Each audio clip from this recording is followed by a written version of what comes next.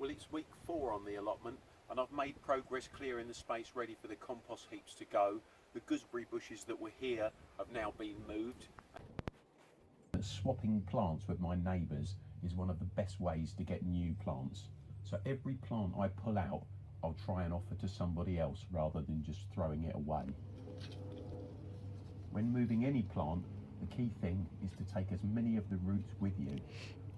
And I do this by working my way around the plant slowly with a fork, lifting the soil, not trying to shred the roots. Each time working the fork a little deeper until the whole plant can be lifted out.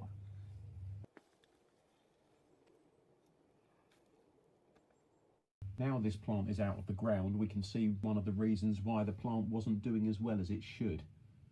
All these white roots are pieces of bindweed, which has entwined itself all through the roots of the plant, and the top growth has been strangling it.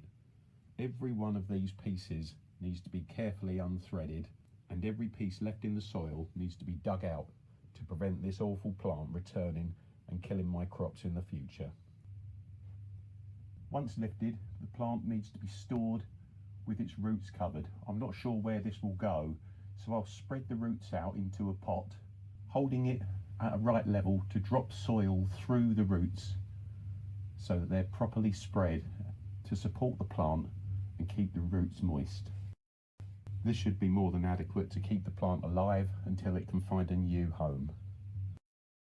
And in the process of doing that, I've separated off 5 new plants which are looking a bit sorry for themselves, but with Mother Nature's help they'll survive. We'll keep them in the pots and see how they get on next year.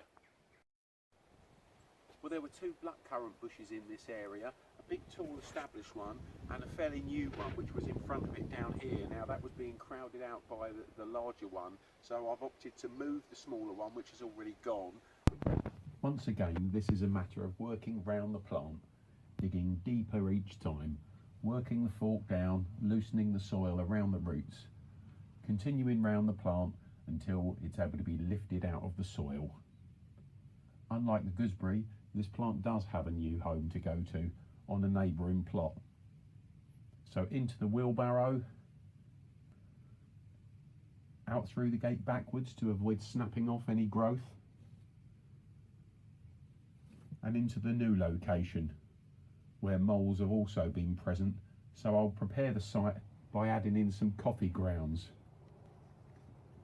Into the hole with the root ball of the new plant, making sure that the existing soil line is slightly below the surface. Backfill with soil, working it down all the way around the roots,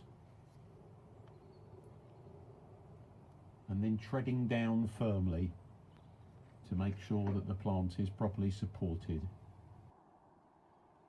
And finish once again with a top dressing of coffee grounds to keep that mole away.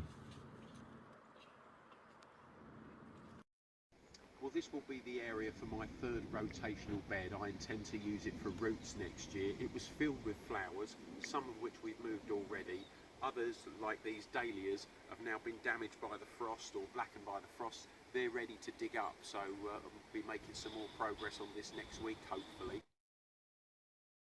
I've also sought advice on our apple tree from my friends at BBC Radio Surrey. It's a goblet shape, dead, diseased, crossing over, Yeah. empty it out so it's nice and open and it looks more like an apple tree. Absolutely. All right.